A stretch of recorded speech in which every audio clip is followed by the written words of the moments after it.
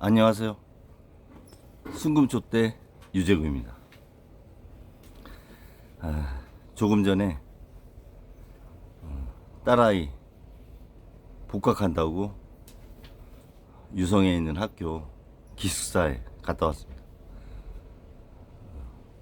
짐이 좀 있어가지고 같이 갔다 왔습니다. 1년 휴학하고 2학년 마치고 다시 이제 복학 3학년으로 하는 겁니다. 국제학과 1회로 입학은 했는데요. 늦둥이에요. 제가 40에 났습니다. 사회생활이 제가 굴곡 있다 보니까 결혼이 좀 늦었죠.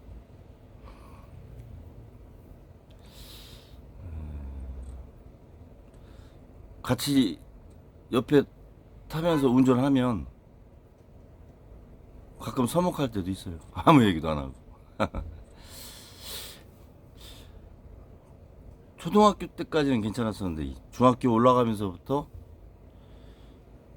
조금 뭐라 할까, 아무래도 이제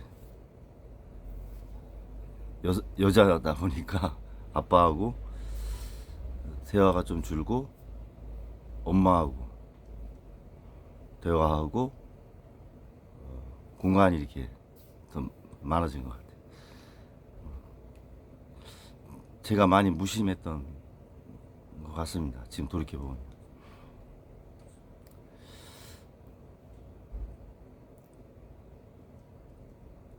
그 휴학하기 전 2학년 2학기인가 오레이 맞았어요. 저도 못하는 걸 했어요. 그 쉬운 게 아닌데.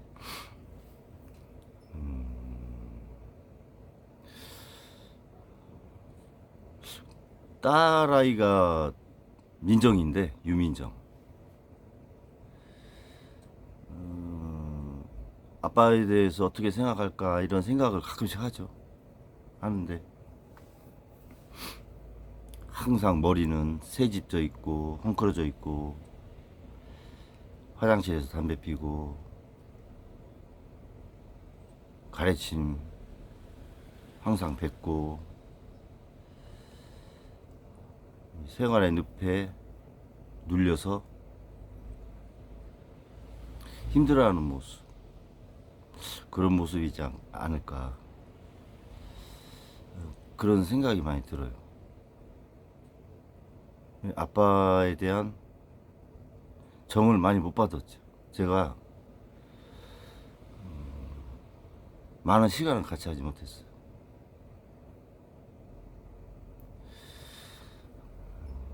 그 요번에 3학년 2학기 때 교환학생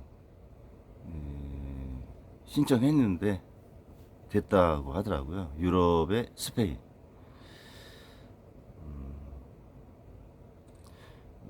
1년 쉬는 동안 편의점 알바하고 카페도 하고 뭐 하면서 돈을 좀 모아서 6개월 그렇게 교환학생 본인이 준비를 한 것 같습니다. 제가 참 좋은 시절에 뒷받침을 못 해주는 게 마음이 좀 안 좋습니다. 참. 뭐 스페인이 남부 유럽 쪽이잖아요. 흔히 피그.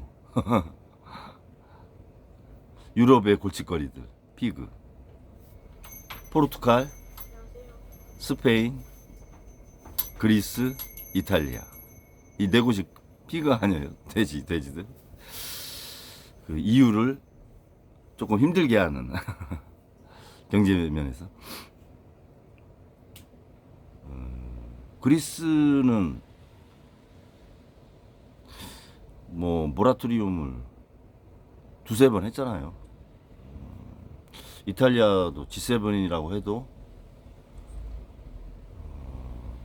경제가 좀 많이 어려운 상황이고, 포르투갈이나 스페인은 식민지를 갖고 있었던 제국이었지만 그거는 뭐 엘리자베스 1세 이전 얘기고, 엘리자베스가 스페인 무적 함대를 무력화시키고 대영 제국을 건설했잖아요. 2차 세계대전 이후에 이제 패권이 미국으로 간 거고, 아무튼 이 피그 남부 유럽 골칫거리였다가 최근에는 유럽의 경장을 이렇게 견인하는 국가로 지금 되고 있어요. 이게 참 아이러니하죠. EU에서 보조금을 많이 줬어요. 조금 경제를 부양을 해봐라. 혜택을 많이 가장 받은 게 스페인이죠. 그래서 스페인 같은 경우가 그 친환경 에너지, 재생 에너지, 풍력, 또 태양광 이런 거로 해가지고 전력을 상당히 발전시켰고, 관광 산업에 보조금 받은 걸 투자해서 관광이 많이 활성화됐고, 축구도 하나의 산업이죠, 스페인 자체가. 그래서 이 사회 인프라에 투자를 많이 해서 지금은 유럽에서 경제 성장률로는 스페인이 제일 높죠. 그리스도 좀씩 회복을 하고 있고, 그런 거 알고서 가는 건지 잘 모르겠어요. 얘기는 해줬는데 오늘 가면서 이제 뭐 핸드폰 하고 있더라고요. 근데 저는 저대로 또 이제 얘기를 하는 거죠. 듣던 말던. 이제 뭐 이제 전체적인 세계가 어떻게 돌아가고 있다 이런 얘기 했는데 들었는지 잘 모르겠습니다. 2002년 그 한일 월드컵 폴란드전 할 때 났어요. 밤 11시 반, 11시 32분인가? 그때 시간도 기억하는데. 저는 아빠가 그 출산하는데 들어가는 그런 상황으로 이제 출산 저기를 했는데, 이렇게 나와서 의사 선생님하고 간호사님이 딸을 이렇게 들었던 기억도 나고, 이제 첫 울음소리도 들어봤죠. 벌써 이제 대학교 3학년이 돼서 본인이 자신의 인생을 어떻게 좀 갔으면 좋겠다라고 하는 정체성이 조금씩 자리 잡히고, 남자친구도 있어요. 집에 데려와서 소개도 시키고 그랬어요. 뭐 처음에 조금 서운했는데, 뭐 그 나이에 또 남자친구 없으면 그것도 문제 아니냐 이런 생각으로 자연스럽고 나이에 맞게 성장하는 거다 이렇게 생각합니다. 서로 아픔 주지 않고 좋은 인연이 되기를 그냥 그렇게 마음으로 갖고 있는 거죠.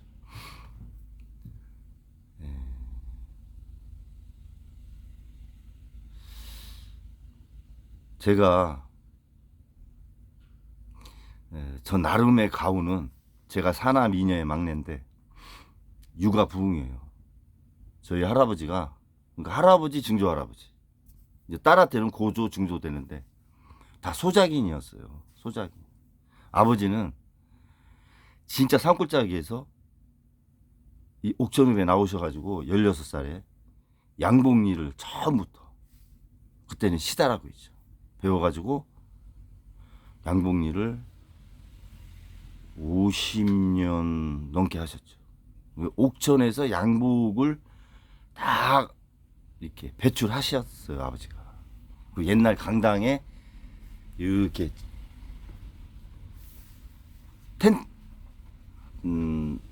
텐트가 아니라 천막처럼 커튼, 학교마다 그런 거 다 하셨죠. 그 대전에 그 양복을 하려면 양복 재료를 사와야 되죠. 그때 대전에 라사점이라고 있었어요. 라사. 무슨 제일 라사, 대전 라사점 가서 양복 이렇게 따라다녔던 기억도 많이 납니다. 제가 사남이녀의 막내다 보니까 큰형이 저보다 16살인가 많아요. 장모님하고 나이가 거의 비슷해요. 제가 그래서 심부름을 굉장히 많이 했어요. 몸에 뱄어요, 제가 심부름이. 근데 남 시킬 줄은 몰라. 시켜보질 않아가지고. 해본 적만 있었어. 이제 불편하죠. 심부름은 많이 한다는 게. 그러니까 뭐를 이렇게 갖다 줘 이런 말 하기가 잘 안 돼요, 저도. 네. 그리고 성격상 저도 제가 해야 돼. 청소도 제가 해야 마음에 들고 다른 사람이 하면 성에 차지도 않고. 성격이 좀 그런 부분이 있어요. 강박증은 아니고 그냥 제 컨셉을 조금 이렇게 하려고 하는 그런 부분이 있습니다.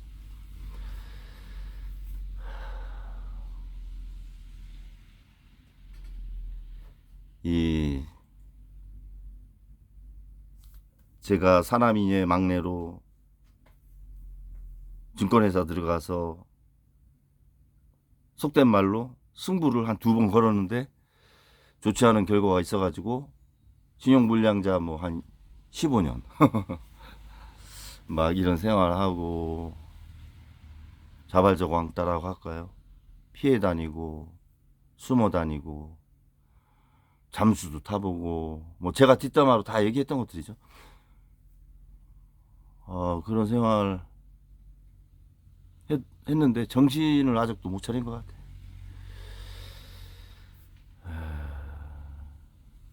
집사람하고 딸한테 가정을 이뤄서 느낄 수 있는 평범한 작은 행복 이런 거를 못 주고 있지 않냐.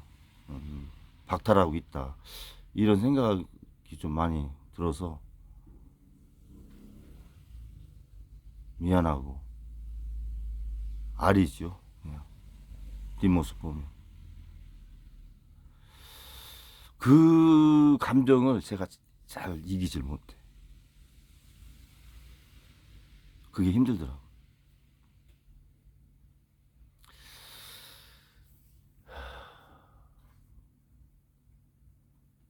저는 개인적으로 인생 2차전이다 이런 마음을 갖고 가는데 또 어디 이렇게 일하려고 또 이력서 내보면 나이 많다고 뭐 안 된다 뭐 어려워서 안 된다 이미 이제 기성세대도 들어왔는 거 아닌가 이런 생각도 들고 세상은 변했는데 저는 안 변한 거 아닌가 이런 생각도 들고 또 유튜브 하면서도 내가 뭘 안다고 뭐 정치를 얘기하고 경제를 얘기하고 이러나 싶기도 하고 이거 유튜브 해야 되나 뭐 이런 생각도 들 때도 있어요. 겁나죠 사실. 유튜브를 한다는 게 전문적인 사람도 아닌데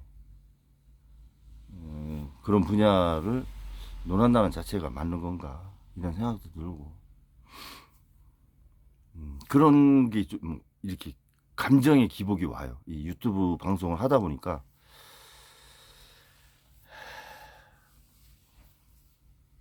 어떨 때는 이틀도 쉬어보고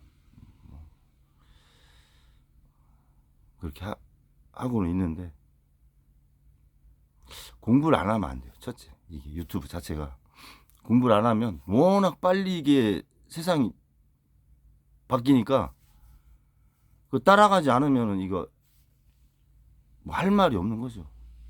뭐 그런 거.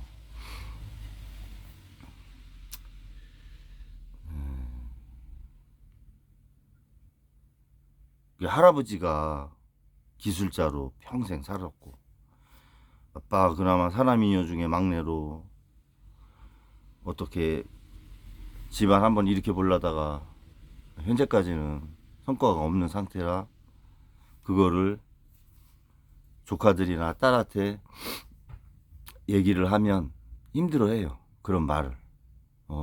세대 차이인지 아니면 그거는 아빠 인생이고 아빠 세대다 이렇게 생각하는 건지 아무튼 전달이 잘 안 된다. 그래서 이제 그런 얘기 안 해요. 액자까지도 제가 이제 서예로 다 써놨는데 육아부 시집 갈 때 주려고. 근데 뭐 특별히 생각이 없는 것 같기도 하고. 아무튼 저는 갖고 있습니다. 육아부 해야 된다. 의무로 생각하고 있어요. 막내지만 수업료 너무 많이 내서 그 수업료 걷어들여야 돼요. 제가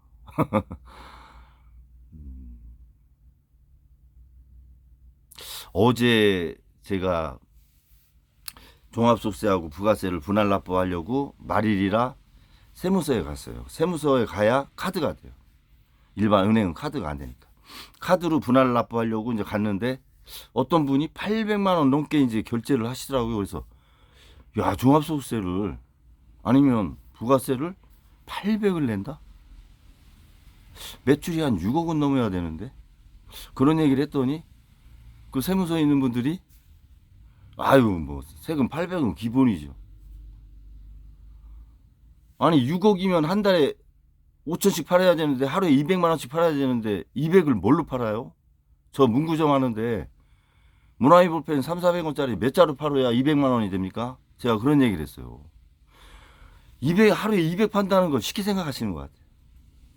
고깃집, 소고기집 해서 4명이 가갖고 뭐 한 번 먹으면 두당 5, 6만 원 해가지고 한 30만 원 한 4, 5 테이블 받으면은 150 되겠죠? 경제가 그렇게 쉬운 게 아니거든요. 그거는 그런 투자를 했기 때문에 그렇게 되지 않겠어요? 하루에 200? 맛집 돼야 그 정도 나오죠. 맛집. 2, 300 나온다는 게. 글쎄요. 그 세무서분들이 뭐 세금을 많이 담당해서 많이 고액 세금을 내시는 분들을 많이 보니까 그런 마인드가 있을까는 모르지만 저희 같은 영세자업자가 볼 때는 기업이에요. 그거는 기업. 그러니까 그런 괴리가 있는 거죠. 현장을 잘 모르시는 부분이 있는 거야. 정말 어려운 거. 지금 건설업계 그냥 싹 부도 나잖아요. 1월 달에 5곳 났잖아요. 안강, 신동암부터 시작해서 대저, 삼부토건? 삼부토건 이거는 조사 들어가야 돼. 이거. 왜 이거 5배씩 올라요? 이거 부도 날 회사가. 그리고 대우조선 해양건설. 신세기요? 예예. 숫자지 얘기하시는 거 맞으시죠? 4월 이기설 나오죠. 새마을금고 작년에 1조 7천억 마이너스. PF 터지면 새마을금고 이런데 뭐 문제 안 되겠어요? 행자부 뭐 합병해가지고 뭐 한다는데 구체적인 대안 없더라고 제가 보니까. 문제죠. PF 터지면 모르긴 몰라도 200조 300조 될 건데.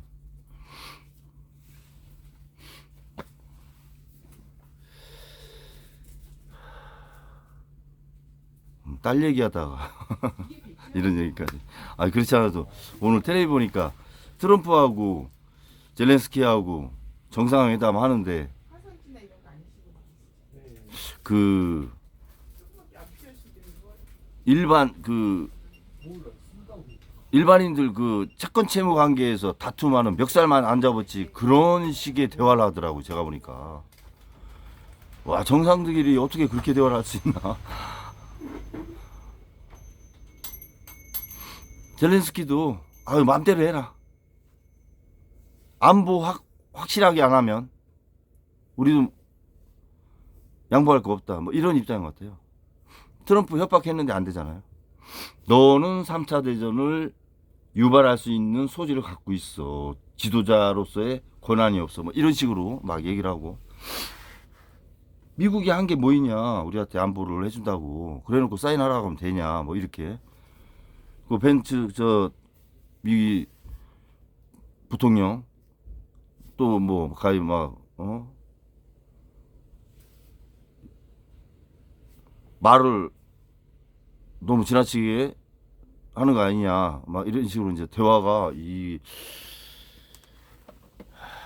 트럼프만이기 때문에 할 수 있는 정상회담 제가 볼 때 참 트럼프는 여러 가지 보여줍니다.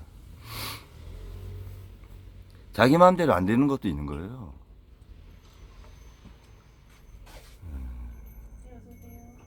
우크라이나 상황을 보면서 삼선이요. 우리나라 한번 돌이켜 봐야 돼요. 무슨 색 있어요? 트럼프 지금 우리 미국 국민이 되려면 71억씩 골든카드 사세요 하잖아요. 국민 되는데 카드 팔아? 71억짜리? 야, 진짜 완전 진짜 장사꾼. 아유. 그럼 우리나라한테 어떻게 할까요? 니네 지켜주는 거 지금의 10배네. 안 내면 그냥 철수할 거야. 그러고도 남은 사람이에요, 제가 볼 때. 아니면 그러고도 남는 거 그 이상의 욕을 할 거다. 부가세 건드렸잖아요. 부가세 적용하지 마. 그만큼 관세 때린다. 이렇게 한 거 아니에요? 협박할 거 많죠, 우리한테. 지금 262 검정색은 없고요. 네. 그렇지 않아도 러트닉 상무부 장관 노란색은 없어요? 기업당 1조 4천억씩 내세요. 이렇게 한 거 아니에요? 네. 그게 제안입니까? 검토해보라는 겁니까? 통보 아니에요? 협박이고? 대응을 빨리 하셔야 돼, 정부가. 우크라이나 꼴 당해, 잘못하면 우리나라도. 외교안보 정말 중요하다.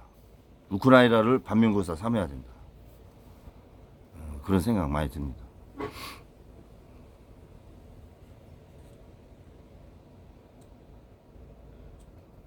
어제 미국 PC가 발표됐죠. 소비자 가격 지수 예상치하고 똑같이 나왔죠. 전월 대비 0.3, 전년 대비 2.3, 2.6%. 근원, 에너지하고 식품 뺀 거. 그런데 이제 안 좋은 게 하나 나왔죠. 미국은 주식시장에 실시간 미국의 GDP가 얼마 올랐는가, 성장을 했는가가 실시간으로 이렇게 업그레이드 돼요. 대단한 거죠. 그거를 자료를 주는 곳이 애틀란타 연은. 근데 그게 갑자기 마이너스 1.5%로 떨어져가지고 그 원인 지금 찾느라고 아마 분출할 겁니다. 그 폭탄 하나 떨어져가지고 미국이 성장이 둔화되는 거 아니냐. 이제 그게 2, 3일에 뭐 이렇게 종합돼서 또 업그레이드 되고 한다고 하니까 좀 더 지켜보는 봐야 되지만 안 좋은 게 나온 거죠. 갑자기 그냥 1.5%가 뚝 떨어졌으니까 GDP 성장률이 실시간으로 나오는 게 미국 지금 나스닥이나 전체적으로 좋지 않은 신호가 조금씩 나오죠. 그거를 유심히 좀 생각을 하고 현금화 해야 된다. 엔비디아가 430억 불 4분기 나왔지만 430억 불이면요 1분기에 우리나라 한 달 수출보다는 조금 적지만 우리가 5,500불 정도 하잖아요. 550불. 한 기업이 3개월 동안 420불로 한다? 대단한 거죠. 그런데 실적은 좋았는데 뭐가 문제냐? 손익계산서에 5가지 수익이 있다고 그랬죠, 제가. 그 중에 첫 번째가 매출액에서 매출원가 뺀 매출 총이익. 매출 총이익이 2024년 1분기에 78%였는데 2024년 4분기에 73%, 3%가 떨어진 거야. 그러니까 원가가 올라간 거죠. 하나당 만드는 데 드는 원가가. 테슬라가 26%에서 13%로 원가율이 확 올라갔잖아요. 마진이 확 반이 떨어진 거지. 13%밖에 안 돼, 이제. 대당. 그래서 엔비디아가 떨어진 거예요. 매출총 이익률이 떨어졌다. 그러니까 원가가 올라갔다. 비용이 상승했다. 이렇게 이제 보는 거죠. 그리고 퍼가 66까지 갔었어요. 그게 29예요, 지금. 29인데 29도 높은 거죠, 사실은. 퍼가 29면 높은 거죠. 이를 29로 평가를 해준 거니까 29배 높은 겁니다.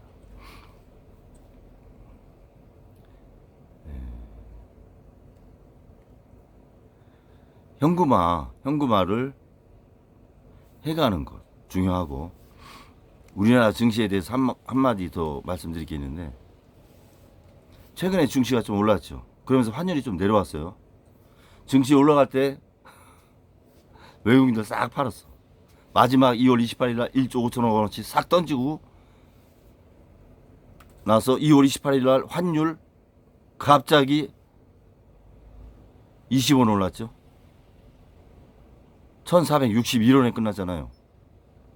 그러면 1440원대에 싹 환전해서 다 나가고, 국민연금 마지막 날 환율 확 올려놓으면, 올라가면 그동안 국민연금으로 다 해지해놓은 걸 방어하고, 낮은 환율에서 외국인들 주식 팔아가지고 싹 타이밍을 그렇게 환율 관리를 하면 되겠습니까?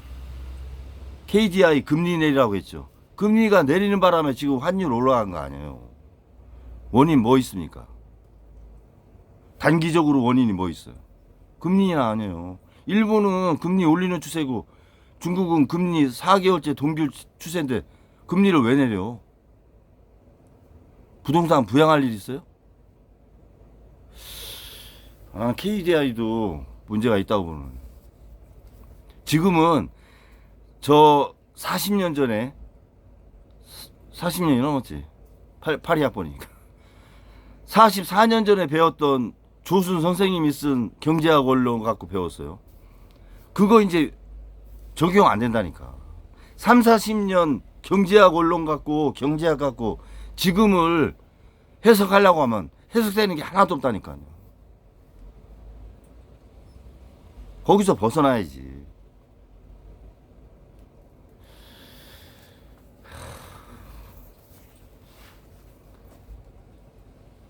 금리를 그래 전 세계적인 상황을 보고, 우리 금리가 유럽과 미국과 금리 차가 2%씩 나는데 거기다 또 내려요? 우리 서미 같은 사람들은 0.2요? 감도 안 와요. 19.9%짜리 쓰는데 무슨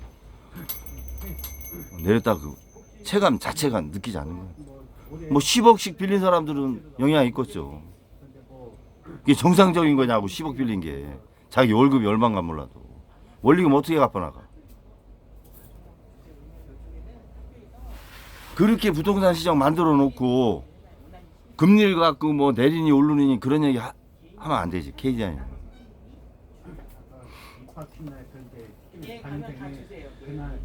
그러니까 뭐 이 저성장기를 경험하지 않은 거에 대한 주 안으로 다 준비하라고 상황이 이게 나타나는 거 아니냐, 그런 생각이 많이 듭니다.